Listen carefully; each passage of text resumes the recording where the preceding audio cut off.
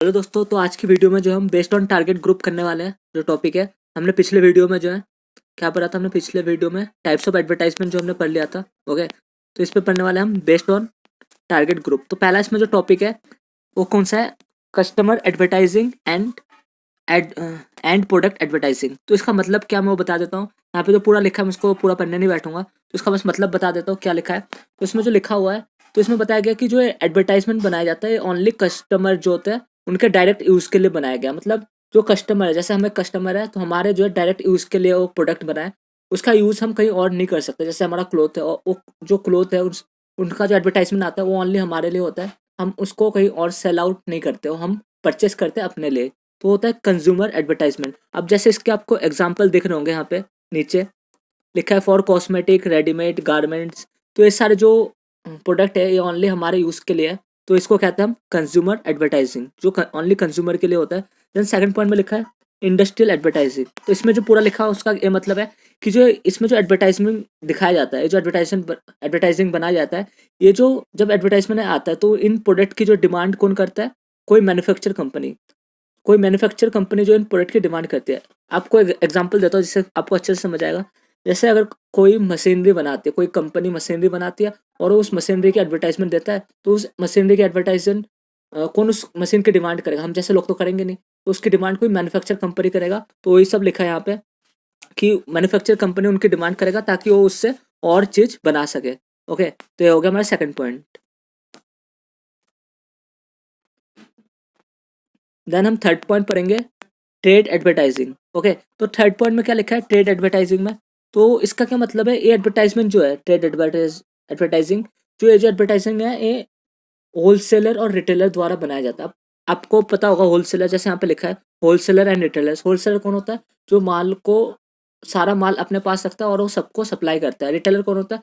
जो आपके आसपास के शॉप होते हैं उनको रिटेलर्स कहते हैं। तो एडवर्टाइजिंग जो है उनके द्वारा दिखाया जाता है। इससे क्या होता है? एडवर्टाइजिंग का फ़ायदा क्या होता है? उनका एम क्या होता है उस एडवर्टाइजिंग को बनाने का? तो इसका एम होता है कि लोग जो उनके प्रोडक्ट उनके जान सके कि हमें प्रोडक्ट सेल आउट करते हैं और जो उनकी डिमांड बढ़ सके। ओके, तो ये जो यहाँ पे नीचे आपको पॉइंट दिख रहा होगा कि वो कौन सा मीडिया यूज़ करते हैं। तो उनका मेन मीडिया होता है, उसको डायरेक्ट मेल कर लेते हैं एक दूसरे को कि तुम्हें प्रोडक्ट चाहिए, या specialist trade general business publication. तो ये आपस में जो हम जैसे लोगों के लिए एडवर्टाइजिंग नहीं बनाया जाता, ट्रेड एडवर्टाइजिंग जो उससे मिलते जुलते जो डिमांड करते हैं उस प्रोडक्ट की। जैसे आपने देखा होगा, जैसे कोई शॉप पे जो प्रोडक्ट होता है उनकी जो डिमांड करते हैं होलसेलर, उन किससे कॉन्टेक्ट करेगा? होलसेलर। होलसेलर एक तो कंपनी से कांटेक्ट करेगा, उनसे माल जो है अपने पास लाएगा, और जो शॉप होंगे वहाँ आसपास उनसे कांटेक्ट करेगा। तो ये हो गया ट्रेड एडवर्टाइजिंग। ओके, देन हमारा फोर्थ पॉइंट है प्रोफेशनल एडवर्टाइजिंग। इसका क्या मतलब है? प्रोफेशनल एडवर्टाइजिंग जो है, ये एडवर्टाइजिंग जो प्रोफेशनल हो किसी में, जैसे सीए हो गए, इंजीनियर हो गए, ये किसी चीज़ में प्रोफेशनल हो। ओके, तो ये क्या करते हैं? ये जो अपना एडवर्टाइजिंग देते हैं, जैसे आपने यूट्यूब पे देखा होगा कि यूट्यूब पे जो ऐड आते रहते हैं कि सीए का कोचिंग ज्वाइन कर लो। तो उसका क्या मतलब है? ये हो गया प्रोफेशनल एडवर्टाइजिंग, जो प्रोफेशनल लोगों द्वारा एडवर्टाइजिंग करवाया जाता है। तो ये तो हो गया हमारा 4 point based on target group. Okay, तो हमारा जो सेकंड है based on subject matter. Okay, तो इसमें क्या बोला गया है? इसमें पहला पॉइंट है प्रोडक्ट। तो प्रोडक्ट क्या होता है? आपको पता ही होगा प्रोडक्ट क्या होता है। तो जो चीज़ टेंजिबल गुड्स हो, जो टेंजिबल गुड्स हो जिसको हम देख सके छू सके, जैसे मोबाइल हो गया, क्लॉथ हो गया आपके, उसमें कुछ एग्जाम्पल भी दे रखे हैं, टेलीविजन, कार, ये सब टेंजिबल असेट्स है। इनके जो एडवर्टाइजमेंट आते हैं ये हम देख छू सकते हैं, तो ये हो गया प्रोडक्ट। सर्विस एडवर्टाइजिंग क्या होता है? जिसको हम देख छू नहीं सकते, इंटेंजिबल असेट्स। ओके, तो इंटेंजिबल जो एडवर्टाइजमेंट बनाया जाता है, इसका एग्जांपल यहाँ पर दिया गया है नीचे। तो इसमें जो एडवर्टाइजमेंट आप सोच लो कि जैसे एजुकेशनल सर्विस, एजुकेशन जो है वो कोई सर्विस प्रोवाइड करवा रहा है, ना कि कोई टेंजिबल असेट्स है। और कार सर्विस दे रखा है यहाँ पे, हेल्थ, होटल्स। ओके, ये सब क्या हो गया? Service advertising. आइडिया एडवर्टाइजिंग क्या होता है? ये जो एडवर्टाइजमेंट है ये एक स्पेशल ग्रुप या स्पेशल ग्रुप द्वारा बनाया जैसे कि मैंने पहले भी बताया था। आइडिया एडवर्टाइजमेंट क्या होता है कि लोगों ने प्लान बनाया कि हमें कहीं घूमने जाना है, फैमिली प्लान, तो उसके ऊपर एडवर्टाइजिंग एडवर्टाइजिंग आ गया कि तुम्हें यहाँ पे इतने सस्ते फ्लैट मिल जाएंगे। तो एडवर्टाइजमेंट हो गया आइडिया एडवर्टाइजिंग। ओके, तो बेस्ड ऑन इम्पैक्ट है हमारा नेक्स्ट पॉइंट। तो इस पे जो पहला पॉइंट दे रखा है प्राइमरी एडवर्टाइजिंग। तो इसका क्या मतलब है कि जो प्रोडक्ट होता है, कुछ प्रोडक्ट होता है जो ब्रांड पे मैटर नहीं करते, कितने भी अच्छे ब्रांड के हो लोग उसकी डिमांड नहीं करते, लोग क्लास पे मैटर करते हैं। मतलब क्लास क्या कहता है? जैसे आपको कोई चीज़ आप किसी चीज़ को बहुत टाइम से यूज़ कर रहे हो, ओके, भले उसका ब्रांड लो बट आप उसका यूज़ कर रहे हो, आपको पता है वो अच्छा है, तो आप उसका रेगुलर यूज़ करते हो, तो वो एक क्लास उसी को कहा गया कि आप उसका रेगुलर यूज़ करते हो, तो वो आपके लिए हैबिट हो जाता है। और उसके मुताबिक अगर कोई अच्छा ब्रांड भी आपके सामने रख दे तो आप वही प्रोडक्ट यूज़ करोगे, ना कि उस ब्रांड का प्रोडक्ट। तो यही बताया गया प्राइमरी डिमांड एडवर्टाइजिंग में, यहाँ पे जो है डिमांड मैटर नहीं करता, क्लास मैटर करता है उस प्रोडक्ट का।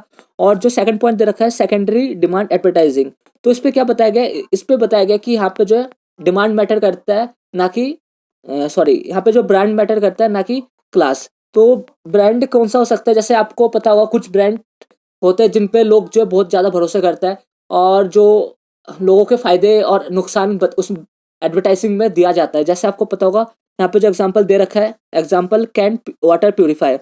अब जो लोग कभी सोचते हैं कि हमें कोई वाटर प्यूरिफायर लेना है तो कैंट का लेते हैं, क्योंकि उनको पता है कि इसके एडवांटेज है क्या डिसएडवांटेज है, तो ये फेमस ब्रांड है, तो इसीलिए जो प्योरीफाई लेते हैं वो इसी ब्रांड के लेते हैं। ओके, तो ये हो गया हमारा सेकंड डिमांड एडवर्टाइजिंग। देन हमारा जो थर्ड पॉइंट है वो डायरेक्ट एक्शन एडवर्टाइजिंग है। इसका मतलब क्या है, इसका मतलब जब वो एडवर्टाइजिंग जो है वो आता है उसके बाद ही जो है इनका जो डिमांड काफ़ी हाई हो जाता है। अब ये ऐसा क्या एडवर्टाइजिंग डालते हैं कि उनका डिमांड बहुत ज़्यादा हाई होता है, क्योंकि ये जो है कुछ उसमें डिस्काउंट दे देते हैं, उसमें बोलते हैं कि हम जो अपने कपड़ों पे इतना % डिस्काउंट दे रहे हैं, या आपने वो सुन रखा होगा कि कूपन क्रैच, वो अपना कूपन कुछ क्रैच करके उस पे आपको कुछ गिफ्ट मिल जाता है उसके साथ एडिशनल। तो इन फ्यूचर की वजह से जो है डायरेक्ट एक्शन एडवर्टाइजिंग, जैसे इनका एडवर्टाइजिंग आता है उसके बाद इनके डिमांड जो काफ़ी हाई हो जाते हैं मार्केट में। तो ये हो गया हमारा थर्ड पॉइंट। फोर्थ पॉइंट क्या कह रहा है, इनडायरेक्ट एक्शन एडवर्टाइजिंग। तो इसमें क्या बोला गया है, इस टाइप में जो एडवर्टाइजिंग दिया जाता है इनका क्या मोटिव होता है कि जो एडवर्टाइजिंग आए तो इनका जो है रेपुटेशन बढ़े उस मार्केट पे। रेपुटेशन अगर उनका बढ़ेगा धीरे धीरे जो है वो उनका जो मार्केट है वो लॉन्ग टर्म में चलेगा। तो यही बताया गया इसमें। तो नीचे लिखा भी हुआ है, अगर वो मार्केट जो है वो भी, जो कोई भी कंपनी वो अपना रेपुटेशन बिल्डअप करने में सक्सेसफुल हो जाता है, ओके, मार्केट में एडवर्टाइजमेंट के थ्रू वो रेपुटेशन बिल्डअप कर लेता है, तो लॉन्ग टर्म में वो मार्केट काफ़ी लंबे समय तक चलेगा मार्केट पे। तो यही बताया गया इनडायरेक्ट एक्शन एडवर्टाइजिंग। ओके, तो ये तो हम हो गया हमारे 3 तक। ओके, नेक्स्ट है हमारा अदर फॉर्म ऑफ एडवर्टाइजिंग। तो इसका जो पहला पॉइंट है रिमाइंडर एडवर्टाइजिंग, तो इसका क्या मतलब हो गया, तो इसमें बताया गया purpose of such advertising to remind the consumer from time to time about the existing of the particular brand.